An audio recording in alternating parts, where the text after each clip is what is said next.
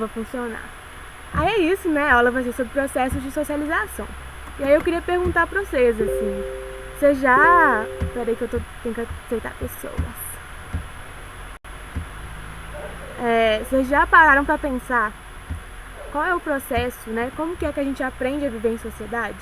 Vocês já sentiram que em algum momento a sociedade virou pra vocês e falou que vocês estavam fazendo uma coisa errada? Isso já rolou, assim, na vida de vocês?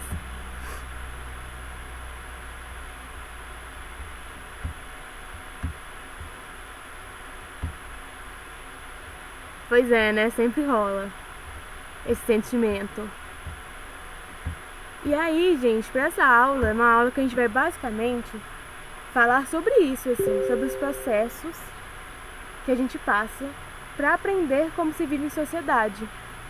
Que pra sociologia, como a gente falou na aula passada, não é um processo natural. Não é um processo que a gente simplesmente aprende assim, de maneira naturalizada, tipo automaticamente. Não, é algo que a gente está o tempo todo aprendendo. Então essa aula vai ser mais ou menos sobre isso, assim, né? Porque para ciências sociais, como eu já falei, a gente entende que os nossos comportamentos são frutos de uma construção social. Não sei se vocês lembram que a gente falou isso na aula passada. E aí a sociologia sempre vai tentar desnaturalizar essas coisas. Então pensar, tudo que a gente acha que é natural, a sociologia diz que não é. E a sociologia tenta nos ensinar como a gente pode perceber o que não é natural das nossas ações, assim. Sabe quando a gente na internet fica com discussão de problematizar tudo? Sabe aquela pessoa insuportável que você não pode fazer nada, pode já estar, tipo, problematizando? Pois é, gente, a maioria, assim, né, dos cientistas sociais são desse jeitinho. Só um minuto, galera, que eu não tô conseguindo aceitar ninguém. Acho que eu vou parar de compartilhar a tela e compartilhar de novo pra ver se eu consigo aceitar. Porque eu não tô conseguindo. Não, que ódio. Que droga. Não tô conseguindo. Só um minutinho, gente.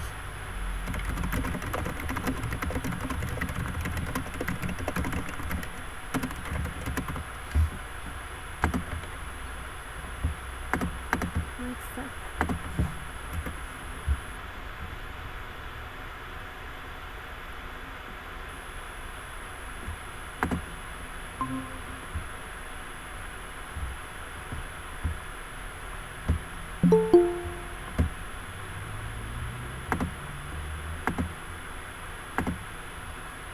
Pronto, gente, perdão, eu tive que sair e entrar de novo porque eu não tava conseguindo aceitar. Oi, sejam bem-vindos pra quem tá entrando agora. Desculpa aí ter demorado, mas é que eu não tava real conseguindo aceitar vocês, não.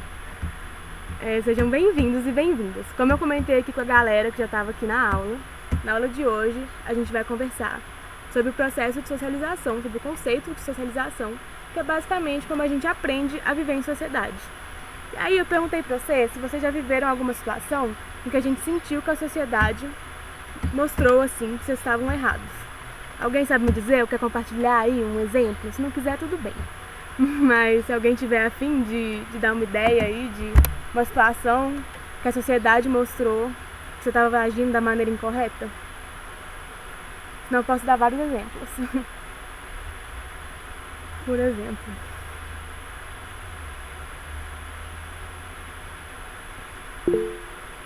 Política é uma boa, você acha, Luana? Por quê? Conta mais. Disserte. Cada um tem seu lado, sim, total. Mas eu vou dar um exemplo mais bobo, que eu acho que, olha só, a maior parte das meninas aqui são meninas, das pessoas aqui são meninas, né? Estamos entre mulheres, a maioria aqui somos mulheres. E eu imagino que a maior parte de nós já passou por um constrangimento quando a gente era criança ou quando a gente era adolescente, de que a gente sentou de uma certa maneira, com as pernas abertas, por exemplo, e nossa mãe, ou nossa tia, ou nossa avó, ou nossa professora, ou alguém virou pra gente e disse que essa não era a maneira correta de menina sentar. Já passou isso com vocês? Né? Acho que já passaram por isso, provavelmente, assim. Né? Tem esse rolê de que a gente deve sentar de uma certa maneira e que isso é uma coisa natural, né? Tipo assim, por que que a gente tem que sentar de uma maneira e os meninos de outra, né? O que que tem de diferente na forma de sentar? Nada. Teve um dia, gente, que eu lembro que eu tava no ponto de ônibus e aí tinha uma criança, velho, de boa lá sentada, uma criança de 5 anos, E a avó dela indignada que a menina estava sentada do jeito errado. Assim. Isso que a gente passa, a gente aprender a sentar da maneira correta, é um exemplo do processo de socialização. É como a gente aprende como deve agir. E aí depois a gente não para pensar que a gente aprendeu, né? Isso não foi natural. Hoje em dia, você, sei lá como que vocês sentam, né, gente? Não sei, nunca vi vocês assim, né, infelizmente. Mas eu imagino que na maior parte das vezes, principalmente ao usar saia ou short, vocês sentam de perna fechada. Porque a gente já tem isso como automático, como assim, parte da nossa vida. E aí no final, o que a sociologia vai mostrar é que isso foi um processo de socialização, a gente aprendeu. Não é natural das meninas sentarem de perna fechada. Foi algo que a gente aprendeu. Espero que alguém fez uma pergunta. O exemplo de roupas caracterizadas também seria nesse sentido? Como assim, Júlia? Tipo assim, roupas caracterizadas, você quer dizer dividido por gênero ou para cada situação? Me conta aí que eu não entendi sua pergunta. Dividida por gênero? Sim, total. Também é parte do processo de socialização, né? A gente vai entender nessa aula por quê, por exemplo. Mas até um exemplo assim mais bobo de roupa para cada ocasião, né? Por exemplo, aqui vocês estão vendo só a minha parte de cima, né? Eu estou aqui, nem tô tão bonita assim hoje, vamos dizer. Mas estou aqui com uma blusinha de boa, uma blusa de frio porque tá frio. E tô suave, tô normal. Mas, da cintura para baixo, eu estou de short. Eu nunca iria dar aula de short em outro contexto. Quando a gente tiver um estúdio e aí a aula for em pé, num quadro, eu vou usar uma roupa provavelmente bem diferente dessa aqui. Porque é uma roupa adequada para a situação, né? E não estou dizendo que a gente pode vestir de qualquer maneira. É só que isso também é fruto de um processo de socialização. Porque com a calça, com uma roupa mais formal, eu provavelmente vou passar uma imagem de maior credibilidade para vocês. E isso tudo tem uma explicação sociológica, assim. Isso tudo tem uma explicação por trás, que vem, né, desse processo de se aprender a viver em sociedade. E aí, gente, o que acontece? Vamos definir bonitinho, né, o termo de socialização. Socialização, então, é um processo por meio do qual o indivíduo aprende a ser um membro da sociedade, a partir de imposições e padrões sociais sobre a conduta individual. Então, gente, o processo de socialização é uma coisa, é um processo, né? Então não é uma coisa que passa assim em um segundo, que a gente aprende de um dia para o outro, mas é um processo diário, cotidiano, que todas as pessoas, todos os indivíduos de uma sociedade estão sujeitos. E vai sempre ser, né, a partir de uma norma social, de um padrão social de conduta. Se a maneira que a gente aprendeu, né, por exemplo, a vestir é isso, né, de meninas devem se vestir com roupa dita feminina, né, isso é uma norma que existe na sociedade. Quando a gente entra numa loja, a gente vê uma distinção muito grande da ala feminina e da ala masculina de roupas, em termos de cores, em termos de cortes de roupa, etc. Isso vem de um padrão social, do que é ser feminino, do que é ser mulher, e do que é ser masculino, do que é ser homem. A partir do momento que você quebra com isso, né? Se você, por exemplo, é uma menina que não gosta de se vestir de saia e vestido, o que tá tudo bem, né? Mas se você é essa pessoa, você sofre algum tipo de coerção social. É como se fosse uma resistência da sociedade para a sua maneira de ser, de agir. É a sociedade falando, cara, você age da maneira errada. Essa não é a maneira certa de se agir. E aí você sofre, né, uma série de sanções, de problemas, de restrições em razão da sua maneira de agir. Vou dar exemplo, essa aula é ótima porque dá pra gente dar exemplo, por exemplo, não, tá passando um helicóptero, perdão. Dá pra gente dar exemplo, por exemplo, sobre Big Brother, que vocês falaram aí na aula passada que a gente poderia falar sobre isso. Não sei se a gente tem aqui Julietters, cactos, fãs da Juliette, por exemplo. Imagino que tenha, né? Já que eles estão por todas as partes, deve ter. Pois é, vocês sabem, né? Imagino que todo mundo sabe, que até eu que não assisti o Big Brother sei, que a Juliette sofreu lá uma série de ataques, assim, xenofóbicos da galera. E também sofreu, como que chama isso? Uma exclusão, né? Ela foi excluída pelas pessoas. Por quê? Ela tinha uma forma de agir diferente do padrão. Tem até, assim, a fala, eu acho que mais passa na internet, no Twitter, onde eu vi, né, gente? Que eu vi o Big Brother pelo Twitter. Da Carol Conká, e tirando todas as polêmicas da Carol Conká, não vamos discutir isso aqui não, porque aí é tema de outra aula. Ela diz, né, que ela lá em Curitiba, de onde ela veio, não sei o quê, o fato das pessoas falarem alto, falarem te encostando, é mal educado, a falta de educação é feio, é grosseria, tipo assim, né? É uma coisa horrorosa. Só que para Juliette foi a maneira que ela aprendeu a viver em sociedade. Lá na Paraíba, de onde ela é Paraíba mesmo, né? De onde ela tem essa maneira de falar, que não necessariamente é dentro da norma culta, né? Mas é a maneira que ela aprendeu. Então lá na Paraíba ela não sofre nenhuma sanção, nenhuma coerção, nenhum tapa na cara da sociedade dizendo que ela está errada. Mas a partir do momento que ela vai para um espaço onde a maioria é não nordestina, né? Ela sofre esse tipo de coerção. É como se a sociedade do Big Brother falou para ela: cara, você está errada, o seu jeito de agir não é o correto. Vocês botam fé? Então, um exemplo, assim, né? Claro que a gente tem que considerar o Big Brother como uma sociedade à parte, né? Não tem como a gente comparar com o nosso dia a dia. Mas é a ideia de que ela passou por um processo de socialização específico que fez com que, ao ela entrar em um outro espaço, né, ela sofreu uma coerção das outras pessoas. Ela sofreu um ataque, ela sofreu uma exclusão em razão do seu modo de ser, agir e pensar. E aí, é importante a gente pensar que todos nós, então, desde que a gente nasce, a gente é afetado pelo espaço que a gente vive.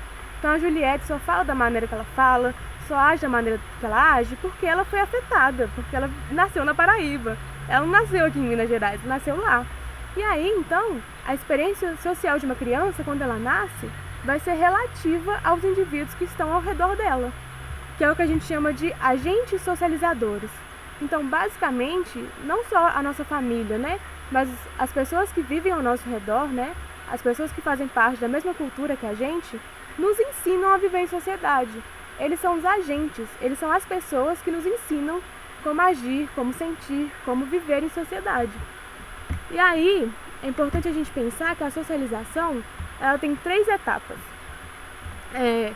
A socialização primária é essa que eu acabei de falar para vocês, né? A nossa primeira socialização, a primeira vez que a gente aprende a viver em sociedade, assim. Que é isso, a partir principalmente da nossa família. Com a nossa família, a gente aprende modos de agir, de pensar, de sentir. Pensando eu, por exemplo, assim, né? Eu sou uma pessoa mineira, né? Nasci aqui em Minas e tal, tenho uma família tradicional mineira. E com minha família eu aprendi muito, por exemplo, o estar junto em família como algo muito importante. Desde pequena eu vou na casa da minha avó todo domingo almoçar com ela e todas minhas tias, são muitas tias. Então eu aprendi esse valor da família e eu aprendi que eu devo respeitar as minhas tias e que eu devo, sei lá, ajudar na cozinha na casa da minha avó desde que eu nasci. Isso foi o que eu aprendi. Além disso, eu também aprendi a falar português da maneira que eu falo, né? O legal aqui é que a gente tem vários sotaques, várias experiências culturais diferentes. Mas eu aprendi a falar dessa maneira a partir do meu processo de socialização. Eu aprendi como eu devo me portar na escola, eu aprendi como eu devo me portar na minha casa, que são, né, comportamentos diferentes. A gente aprende, em primeiro lugar, com a nossa família. E aí, nessa primeira socialização, a gente aprende também as grandes regras da nossa sociedade. Quando a gente pensa na sociedade brasileira, a gente aprende, assim, por exemplo, além da nossa língua, né, porque a gente fala português também não é uma coisa natural, é uma coisa que a gente aprende com a nossa família. A gente aprende também regras, que a gente não pode, por exemplo, bater no nosso coleguinha na escola. A gente aprende isso e a gente aprende também que, pela lei, a gente não pode ferir alguém, né, fisicamente nem psicologicamente. A gente aprende que isso é errado. Então a gente aprende também coisas mais macro, coisas mais grandes, assim, da nossa sociedade. O segundo processo de socialização já ocorre na adolescência e na vida adulta, assim, quando o indivíduo se insere em lugares sociais diferentes. Então, beleza, né? Quando a gente pensa na nossa infância, a gente pensa que a gente era inserido ali em um lugar social mais restrito. A gente vai tem nossa casa, tem a casa dos nossos parentes, a escola, a igreja, talvez, né? Em que a gente aprende alguns valores. Quando a gente se torna adolescente, isso se altera, porque a gente passa, por exemplo, talvez, a começar a trabalhar.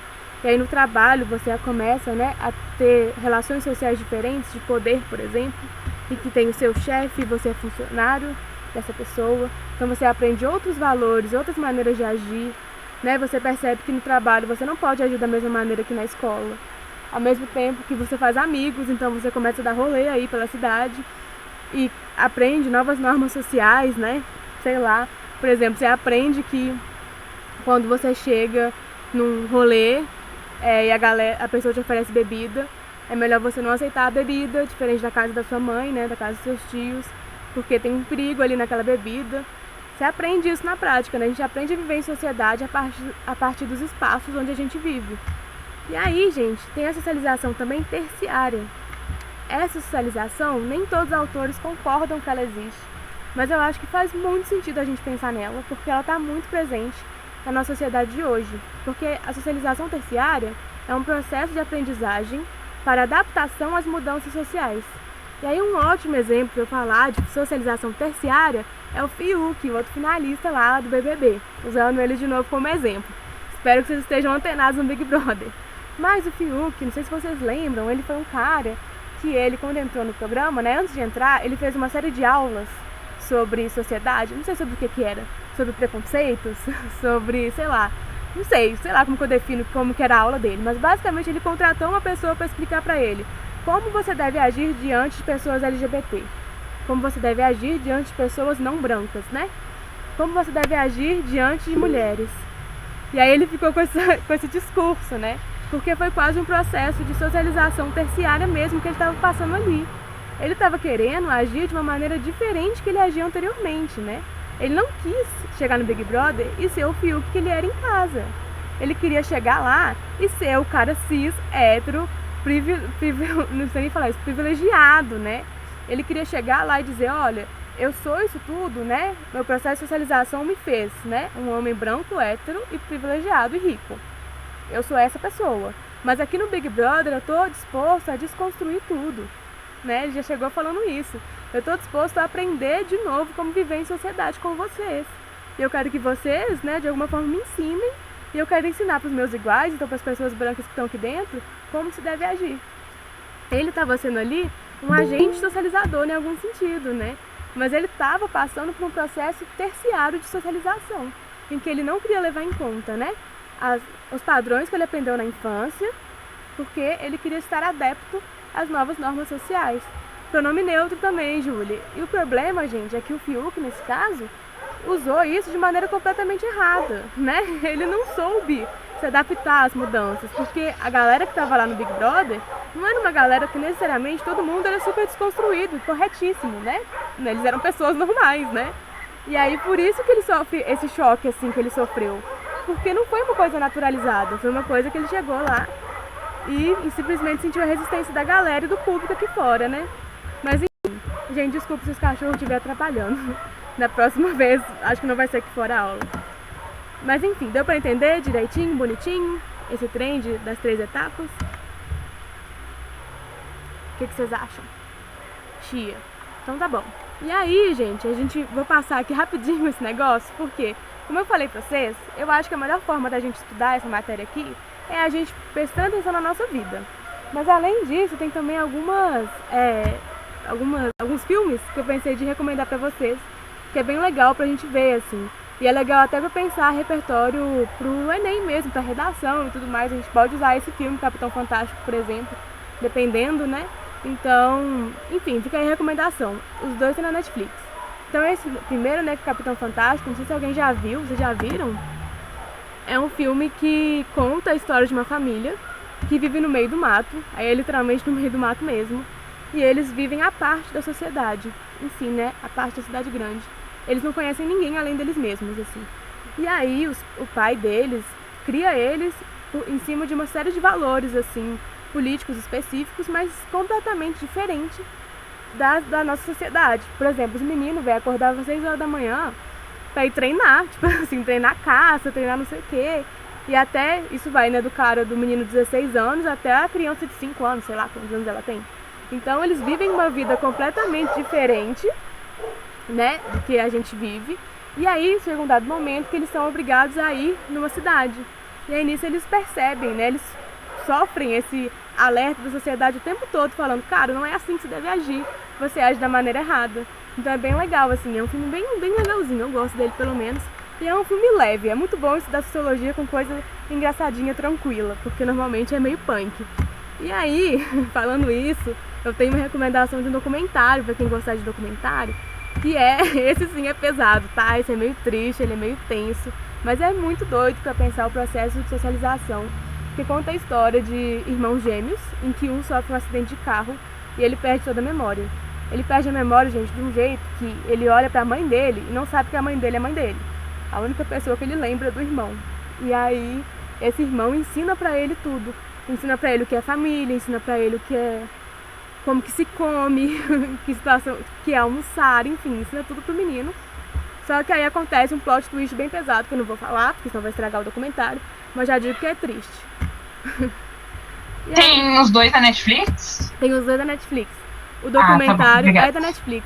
E pra quem gosta, velho, eu nem sou tão fã assim de documentário, eu achei muito legal de assistir, só é muito triste, mas vale a pena. Mas enfim, fica aí as recomendações. E aí, gente, a gente vai passar então agora para discutir um pouquinho sobre instituições sociais, que é uma temática que a gente vai também trazer de novo quando a gente estiver na aula de Durkheim, por exemplo. Mas é bem importante também para a gente entender, porque isso vai aparecer várias vezes na nossa aula. Quando a gente fala de sociologia, a gente fala de instituições sociais, principalmente ao falar sobre política e também sobre economia. Então é bem legal para a gente pensar assim. Mas aí, gente, instituições sociais são basicamente espaços sociais, instituições mesmo, que retratam o modo de ser da sociedade. Então, quando a gente pensa assim, uma instituição social, um ótimo exemplo é a escola. A escola é uma instituição que, além dela fazer o papel, né, cumprir o papel de nos educar, em termos de passar o conteúdo de cada disciplina que é esperado, né, que seja passado pra gente, ela também, em algum sentido, nos ensina uma série de comportamentos, de regras. Elas nos ensinam assim, sobre a moral da nossa sociedade de maneira cristalizada. Então, ali na escola, a gente tem regras sociais bem explícitas e bonitinhas, né? Essa regra mesmo de não pode bater no coleguinha. Quando a gente tem uma instituição social como a escola, a gente aprende a conviver com outras pessoas a partir das nossas regras, das morais assim, da nossa sociedade. Então, aprender a dividir, né, com o outro, aprender a conviver com o outro apesar da sua diferença, não machucar o outro, né, não fazer uma violência com o outro. Isso tudo são regras que fazem parte da nossa sociedade em geral, mas que na escola isso está cristalizado, isso está instituído, assim. E aí eu trouxe a frase aqui de um sociólogo, porque é legal a gente pensar assim, essas frases mais difíceis pra gente acostumar com a linguagem, porque são elas que caem no Enem, né? E esse cara, que chama Fichte, ele diz que as instituições sociais são estruturas relativamente permanentes de padrões, papéis e relações que os indivíduos realizam segundo determinadas formas sancionadas.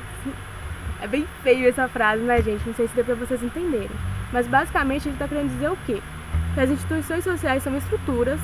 Então eu pensar que a maior parte delas, quando a gente fala sobre instituição social, a gente está falando sobre estruturas físicas. A gente está falando sobre escola, sobre igreja, sobre universidade, a gente também pode pegar.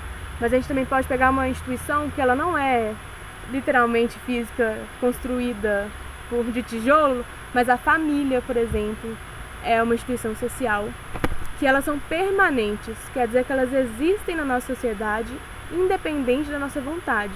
Mesmo que você decida, por exemplo, não ter uma família, né, você decide cortar laços com todo mundo, não casar, etc e tal, em algum sentido a família existe para além da gente, né? Mesmo que você não escolha não ter, as pessoas em sua volta todas têm. E essas famílias, né, as instituições sociais, na verdade em geral, elas têm padrões, papéis e relações sociais que os indivíduos seguem. Então a gente pensar que toda família tem uma estrutura específica, toda família tem um pai, tem uma mãe, né, tem um parentesco ali específico em que cada um cumpre um papel diferente, etc. E aí esses papéis são cumpridos a partir de determinadas formas pré-estabelecidas.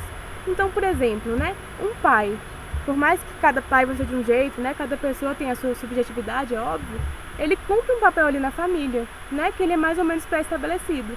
Então, do cara, muitas vezes, que tem uma frente na questão de financeira, não que todas as famílias sejam sustentadas por pais, né, até porque no Brasil muitas famílias não têm pais, mas tem esse papel, né, de ser o cara que manda, o cara que faz o controle, o cara que tem as decisões econômicas, por exemplo. Tudo isso, assim, faz parte do papel de um pai. E isso é institucionalizado pelas instituições. Então é como se fosse mais cristalizado, né? A ideia do pai no nosso consciente, na nossa consciência coletiva, assim, no nosso senso comum, é que ele é esse cara, né? Que tem esses poderes, assim. E aí, as instituições sociais, elas vão ter algumas características. Então elas se referem aos aspectos essenciais do homem e da sociedade. Então tudo que é instituído por uma instituição social vem da moral, vem das regras, vem de tudo aquilo que é compartilhado por nossa sociedade enquanto valores. Ao mesmo tempo, elas regem a conduta humana. Então, elas nos ensinam como agir, né? Elas nos ensinam como fazer as coisas. E, em terceiro lugar, elas também são legitimadas pelo modo de ser. Ao mesmo tempo que a gente, né, não consegue controlar a existência ou não de famílias, ao mesmo tempo a nossa vida toda é construída para se pensar uma vida em família, né? Quando a gente pensa, por exemplo, no Brasil mesmo, na nossa sociedade, é muito mais fácil sobreviver ao Brasil se você tem uma rede de apoio ali familiar, por exemplo. Economicamente, principalmente, né? A gente pensar que sustentar um filho, por exemplo, é muito mais fácil com a presença de duas pessoas, né? De dois pais, do que sozinho, assim. Ou socialmente, né? Você é muito mais aceito se você tem uma família completinha, tradicional e bonitinha, do que se você tem uma família, não que as outras não sejam bonitinhas, mas se você tem uma família que foge desse padrão. Então as instituições sociais, elas vão cristalizar as nossas regras. Vocês botam fé? Deu pra entender mais ou menos? Ou não?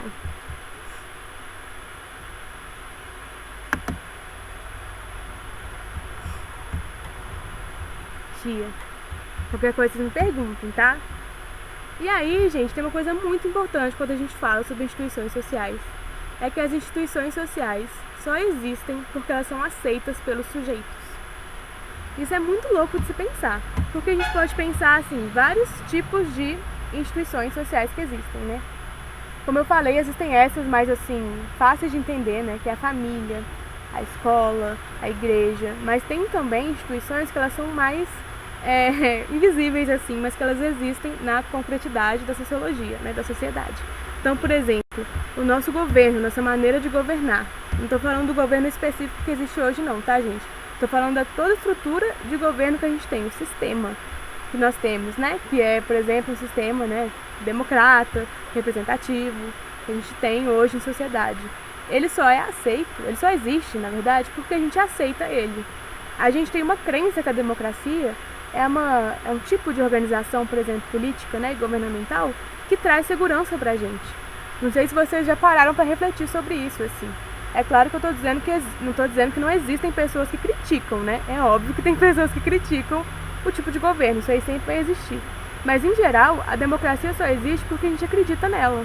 Por mais que, às vezes, né, a gente pode discordar da pessoa que foi votada, a gente pode ficar em choque com o resultado de alguma votação, a gente acredita naquele sistema. A gente acredita que a pessoa, né, que foi votada pela maior parte da sociedade é aquela que tem o direito de nos representar politicamente. Então, elas trazem um sentimento de segurança pra gente. Trazem um sentimento de que, pô, a gente tem um sistema. Ele pode ter todos os problemas, mas a gente acredita que ele existe. Igual a escola, eu imagino que vocês devem ter, talvez, algumas críticas à escola, assim, né? Podemos concordar que pode existir um maior investimento na educação no nosso país. Mas, em algum sentido, quando a gente pensa no sistema de escolas públicas, por exemplo, ele só existe porque a gente acredita nele, porque a gente bota fé que ele funciona. A gente bota fé que é importante levar as crianças, a partir dos 7 anos mais ou menos, ou até menos, né, para a escola, para ela, enfim, aprender a ler, escrever, aprender as normas sociais, aprender a conviver com o outro. A gente acredita nisso, assim. Então isso se torna muito importante para a nossa sociedade e por isso ela continua existindo. Se a gente, né, claro que é muito difícil fazer esse movimento, tá, gente? É só um exemplo. Mas se a sociedade um dia chegasse à conclusão que, tipo assim, pô, não dá mais pra gente ter escola, a escola não está funcionando, e nós, enquanto população, quiséssemos acabar com esse sistema, a gente conseguiria, assim, talvez não de um dia pro outro, mas ele ia perder a força, ele não ia ter mais a mesma força que tem hoje, porque se ele não é amparado pela sociedade, né, se uma instituição social não tem esse conforto, esse lugar de ser aceito pelos indivíduos de uma sociedade, ela simplesmente para de funcionar. Um ótimo exemplo é, por exemplo, o casamento. A gente pode entender o casamento como uma instituição social. O casamento, ele existe até hoje, né, gente? Óbvio, ele continua existindo. Mas vocês botam fé que ele mudou muito o seu formato? Que antes, né, era uma coisa muito mais religiosa, antes era uma coisa muito mais rígida, antes tinha toda uma relação, né, do pai da família, né, do pai da noiva, vender a noiva pro marido, por exemplo, né, tinha todas essas questões. E hoje o casamento é algo completamente diferente. né? Ele na verdade está amparado muito mais na questão legislativa. Então as pessoas se casam muito mais por uma questão de ter mais direitos, né, constitucionais, do que necessariamente pela religião. Então isso quer dizer que não é que a instituição do casamento caiu por terra, mas ela foi se adaptando às mudanças sociais para que ela fosse aceita. Porque talvez se hoje o casamento fosse estritamente religioso, poucas pessoas casariam. Então ela não seria uma instituição social, né? Seria apenas, enfim, uma característica aí que algumas pessoas iriam seguir. Então é basicamente isso. Deu pra vocês entenderem? De boa? Ou não? Eu sempre pergunto, viu, gente? Porque às vezes a gente tem dúvida, fica com vergonha. Mas vocês podem perguntar, fiquem à vontade. Qualquer coisa aí. Rolou a parte de instituições? Tadinho, eu fico fazendo, alguma pessoa fica falando, sim, tá rolando. Mas...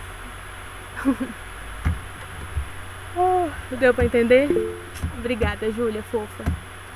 E aí, gente, só pra gente finalizar, então, a aula de hoje, a última coisa que a gente vai discutir é sobre a questão dos papéis sociais. A gente tem que pensar, gente, que as instituições sociais e o processo de socialização, eles fazem com que seja produzido papéis sociais na nossa sociedade.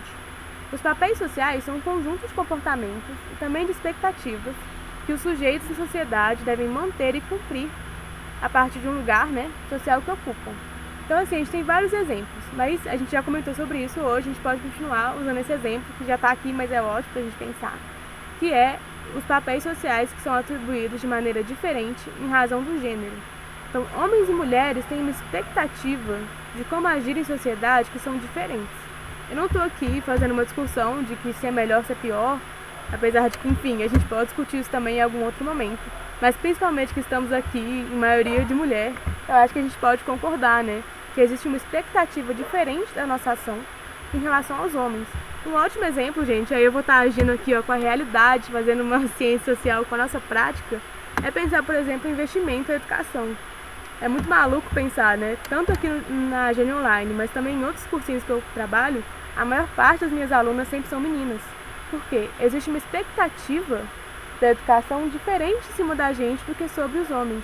Estatisticamente, assim, no Brasil, essa é uma das únicas coisas que as mulheres têm uma certa vantagem em relação aos homens.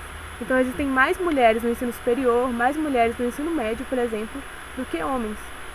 Isso vem em razão de uma expectativa social que tem da nossa conduta. Muitas vezes, né, os homens, eles são muito mais levados a trabalhar, não que vocês, né, provavelmente alguma de vocês também trabalham e tal, mas muitos homens, né, ao sair do ensino médio ou completar o ensino fundamental, acabam seguindo o caminho de trabalhar ao invés de permanecer no estudo. Enquanto a gente, mulher, assim, tem um investimento maior de estudar, por exemplo. Mas isso diz também de uma diferença do papel social que a gente vai atuar, ter ao longo da nossa vida. Então, se o homem, por exemplo, é entendido como o cara que é provedor de grana, que rola em muitos espaços, né? Não que ele seja necessariamente, né, em todas as famílias, ele tem um trabalho, valida a sua posição social, né? Tipo, eu tenho condição de ser um provedor, porque eu tenho grana. Já a mulher, por mais que ela também, né, também tem expectativa, óbvio, né, que vocês ganhem muita grana, se Deus quiser, daqui a pouco vocês vão estar todos aí no curso chiquérrimo e ganhando dinheiro, existe mais um espaço para esse investimento na nossa sociedade. Um outro exemplo também é que existem papéis sociais diferentes em relação à profissão. Então, existe uma expectativa diferente de como o professor deve agir em sociedade, ou de como um médico deve agir em sociedade, né? Ou como um policial deve agir em sociedade.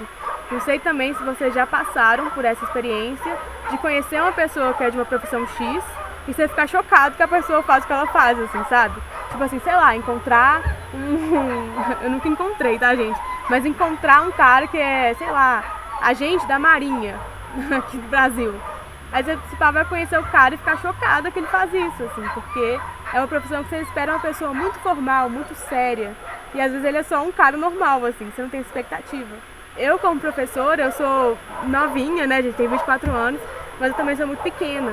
Então toda vez que eu tô em sala de aula, muitas vezes, né, a coordenação da escola, a galera, assim, em geral, não acredita que eu sou professora. Porque eu não tenho uma conduta muito esperada de professores, assim. Eu sou uma pessoa jovem, eu sou uma pessoa que eu não tenho uma postura muito autoritária em sala. Então, muitas vezes, eu passo por esse constrangimento de não cumprir exatamente com o papel social que eu fui designada, assim, com a minha profissão. Então, também discutir papéis sociais é bem interessante porque tem, enfim, uma margem muito grande do que a gente pode falar. E aí eu escolhi trazer para vocês um sociólogo chiquérrimo que chama Norbert Elias. Não sei se vocês já ouviram falar. Ele não é tão famoso assim, mas ele já caiu algumas vezes no Enem, por isso que eu trouxe ele. E ele é um teórico francês que fez um aprofundamento histórico para tentar entender os padrões de comportamento na Europa ocidental. E aí ele tem um livro, né, que chama Processo Civilizador, em que ele fala sobre assim como as maneiras que as pessoas europeias, né, até hoje, mas agiram, nossas condutas e ações foram moldadas assim, desde a Idade Média até hoje, para trazer a ideia de civilidade, a ideia de civilidade que a gente tem tão forte, né, na Europa, essa ideia de que os europeus são as pessoas mais civilizadas, mais educadas, que têm os melhores padrões de comportamento. Isso tudo foi construído com o tempo, né, a partir da Idade Média até hoje, em razão de uma coisa que ele chama de decoro corporal. Então, é a ideia de que a gente aprendeu a lidar com o nosso corpo de uma certa maneira que é muito marcada, então, por essa questão de tratar o nosso corpo como sagrado, para hoje a gente agir da maneira que a gente age. E aí ele faz uma análise de manuais de conduta, e é muito doido a gente ler isso. Vou até colocar para vocês no Classroom, se quiserem, assim. É um textinho bem grande, mas às vezes ler uns pedaços é engraçado, porque existiam, né, em 1530, então, olha, muito tempo atrás, um manual de conduta que tinha uma série de tratados educacionais que buscavam introduzir as crianças e os jovens ao universo adulto. Então, trazia, né, uma série de normas, de regras, de como agir, de como viver em sociedade, controlando os nossos impulsos corporais. Então, por exemplo, esse texto é muito engraçado. No texto ensina, por exemplo, que não se pode cuspir na rua. Eu sei que hoje existem pessoas que fazem isso, assim. Mas é pensar que antes, esse ato de cuspir na rua era super comum. As pessoas não se sentiam constrangidas, assim, ao fazer isso. E existia, inclusive, um negócio chamado cuspideira, não sei se alguém já ouviu falar, que na Idade Média, né, ficava lá, ao lado da comida da galera, para eles cuspirem durante o almoço, tipo, olha que horror. Também ensina esse negócio que você não pode ir ao banheiro junto com outra pessoa, porque antigamente as pessoas iam, tipo assim, fazer as necessidades físicas, fazer o número 2, para não falar coisa feia aqui na aula, junto, em conjunto. Tipo, não existia um problema em você fazer isso em frente a outra pessoa. Também a maneira de comer, ensinar a comer com talher e não com a mão. Tudo isso foi ensinado para as crianças, para que a gente tivesse um decoro, que é tipo, que a gente tivesse quase vergonha do nosso próprio corpo, né? Que a gente tivesse, como que chama isso? Quando você é uma pessoa que não, sei lá, que você é reservadinha, bonitinha, assim. A gente aprendeu a agir dessa maneira, isso não é algo que veio natural da nossa sociedade. Isso vem a partir, né, do processo de socialização. Então, o Elias é um cara que fala muito sobre isso e é muito interessante ler esses livros. E aí um outro exemplo muito doido é a gente pensar que na Idade Média, vocês provavelmente já viram isso, né, em filmes, etc. Tem numa mesa de jantar, por exemplo, uma galera que chega e coloca um porco grandão, gigante, na mesa, até com uma maçã na boca. Não sei se vocês lembram disso. Mas um porco inteirinho lá. E eu sempre vi aquilo e falei, meu Deus, velho, que nojo, como é que as pessoas comiam isso, assim, como é que era possível alguém comer esse trem? Só que a gente pensa hoje, todo mundo sempre fala de Shrek quando eu falo disso. Quando a gente pensa hoje, velho, qual que é o prato típico do Brasil? Feijoada, né? E o que é feijoada? São todas as partes do porco, velho. É tão nojento, entre aspas, quanto. São as piores partes do porco na comida. Porém, a diferença qual que é? É que o porco tá picadinho, né? Então, hoje, até com a nossa comida, com a carne, a gente pica, né, a carne, a gente faz quadradinhos pra gente disfarçar que veio de um animal. É claro que todo mundo sabe, né, mas quando você tá comendo, você não tá pensando no porco, porque não tem essa imagem do porco. E realmente é uma delícia, eu tô falando mal de feijoada não, gente, inclusive, né, tesouro nacional, mas é pensar que a gente fez um decoro, a gente tem essa coisa de esconder o corpo até da comida que a gente ingere. Isso é muito maluco, assim, mas faz parte da nossa sociedade. E aí, gente, é basicamente isso a aula de hoje. Eu trouxe uma questão do Enem pra gente fazer juntos, porque inclusive, né, na aula passada, não sei se todo mundo viu, né, a aula, eu mandei pra vocês uma enquetezinha pra vocês me responderem o que vocês querem estudar esse ano em Sociologia, e muita gente falou a matéria do Enem. Então eu quero deixar bem claro que todas as aulas aqui sempre são orientadas pelo Enem, viu, gente? É tudo parte da matéria do Enem. E aí eu trouxe uma questão aqui pra gente fazer juntos nesses últimos minutos.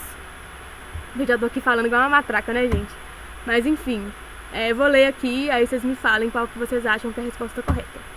O texto fala o seguinte: um volume imenso de pesquisas tem sido produzido para tentar avaliar os efeitos dos programas de televisão.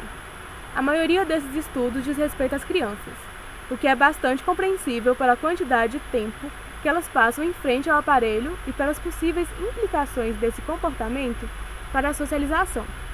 Dois dos tópicos mais pesquisados são o impacto da televisão no âmbito do crime e da violência e a natureza das notícias exibidas na televisão. É um texto de Giddens, que é um sociólogo chiquérrimo aí.